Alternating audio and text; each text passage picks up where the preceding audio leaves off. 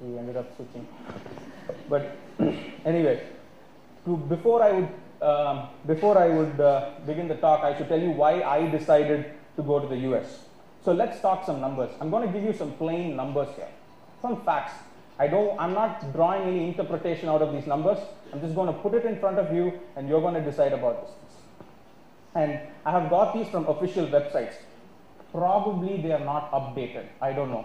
Okay, because we don't know when the websites get updated. But take a look at that. Okay, it will give you a rough estimate.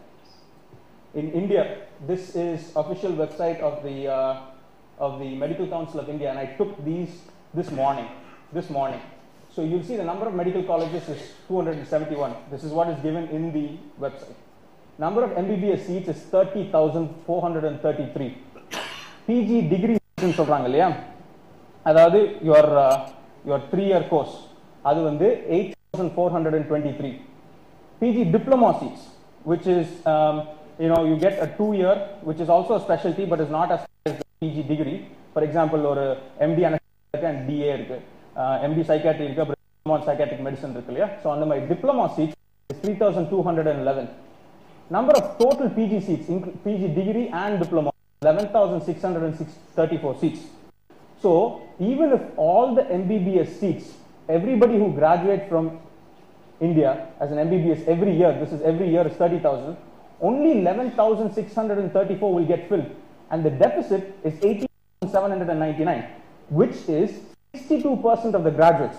So ஒரு வருஷத்துல MBBS pass out பண்ணி வர எல்லாரும், if they get PG seats, either diploma or is a degree, and even if it is 2 years or 3 years, clinical, non-clinical, all seats put together, you will still find 62% of the MBBS graduates not getting into a PG seat. Well, you can say they can go to practice, they can enter government service.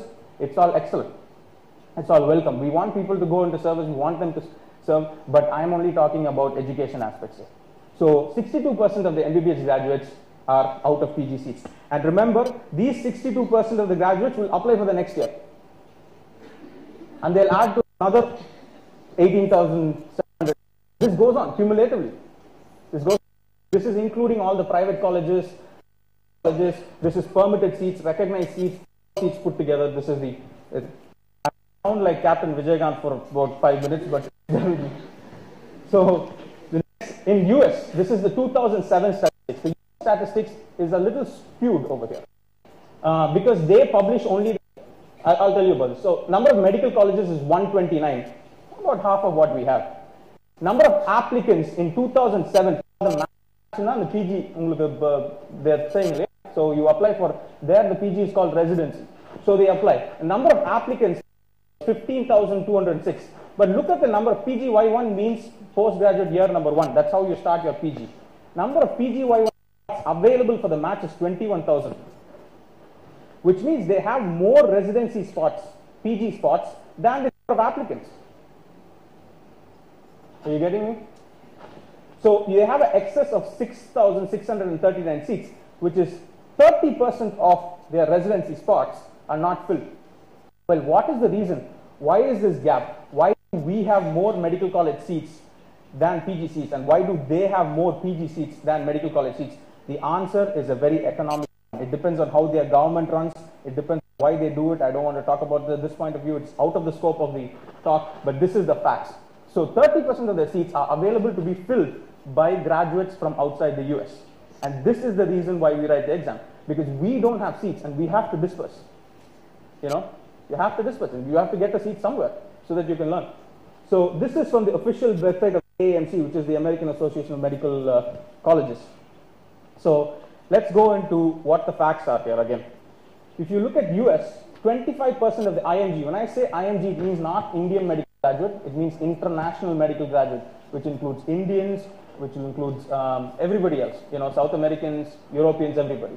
25% of the IMGs in the workforce, which means the people who work there as doctors, are international medical graduates, and 5% of them are Indians. In the UK, it's 28% and 11%.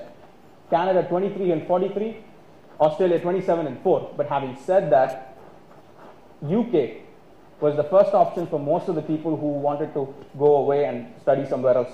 And UK is right now, frankly, it's a closed door. That's it. It's a closed door. Canada and Australia, UK, all these three countries, you know what the main problem is? They have two types of positions. One is called a training position and the other one is called a non-training position. Training position is when you work, and at the end of your work period, which is either 3 years or 4 years, they give you a degree. And during your work, they have specific regulations and curriculum for your learning. Non-training job is you just work and you don't get any kind of degree at the end. You just work and you get a salary. People usually from developing countries go there as a non-training first, and they then try to switch to the training jobs, because they first work in non-training, they show that they are very good and everything, and then they go into non-training jobs, into training jobs. USA is the only place other than India which has a structured training program just like India. Just like India. You get selected, you go into a training program, you get trained and you get out. That's it. They give you a degree and then you're fine. So a lot of Indians would benefit by going to USA. And before I begin my talk, this is another, this is the residency match for 2007, which happened in this March of this year. So all you have to concentrate is this: non-US citizens and graduates of international schools. Out of the people, in the 2007 residency, the PG match apply pannavangala, 25% of them were non-US citizens and graduates of international schools, just like you all. And there are a few people who are US citizens and graduates of international schools, which you will find in certain colleges like NRIs, basically. They are all US citizens, but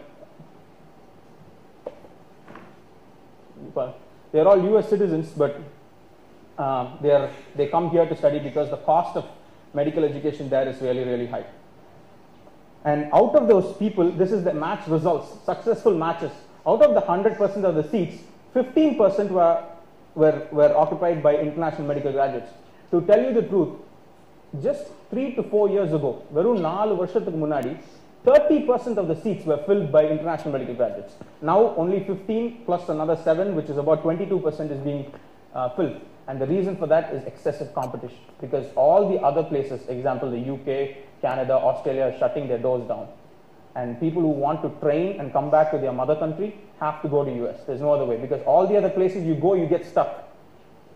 You get stuck. And the topic of this today's seminar is how to train in the US, not how to settle in the US, or not how to live in the US. It's to train in the US. So if you're going for training, you go there, train and finish it, and after that you can settle anywhere. That depends on your life situation, everything. So if you want to train and finish your training in a decent time, then you have the only other door available after India is US. So